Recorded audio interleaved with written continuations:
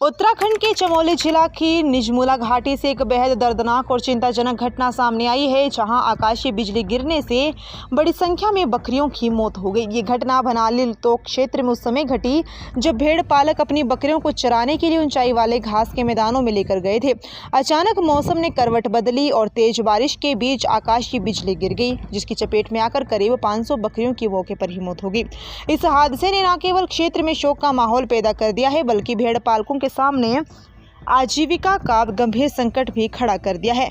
जानकारी के अनुसार ये बकरियां करीब 14 भेड़ पालकों की थी, जो अपनी रोजी रोटी के लिए पशुपालन पर निर्भर है। पहाड़ी क्षेत्रों में भेड़ बकरी पालन ही कई परिवारों के जीवन यापन का मुख्य साधन होता है और इस तरह एक ही झटके में सैकड़ों बकरियों का मर जाना उनके लिए किसी बड़े आर्थिक संकट से कम नहीं है। प्रत्यक्षदर्शियों के मुताबिक बारिश के दौरान अचानक तेज गर्जना हुई और बिजली सीधे उस स्थान पर गिरी जहाँ बकरियां एकत्रित थी। बिजली गिरते कई बकरियां मौके पर ढेर हो गई और कुछ ने थोड़ी देर बाद दम तोड़ दिया। घटना की सूचना मिलते ही प्रशासन हरकत में आ गया। जिला आपदा प्रबंधन अधिकारी नंद किशोर जोशी ने बताया कि मामले की जानकारी मिलते ही संबंधित विभागों को मौके पर भेजा गया है।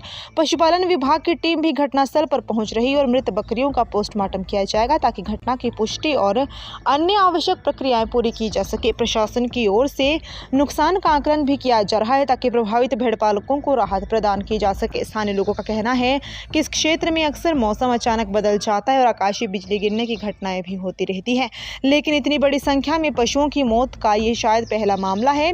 इस घटना ने यह भी स्पष्ट कर दिया है कि पहाड़ी इलाकों में मौसम की अनिश्चितता किस तरह लोगों के जीवन और आजीविका को प्रभावित करती है। भेड़ पालकों के सामने अब सबसे बड़ी चुनौती अपने नुकसान की भरपाई की है।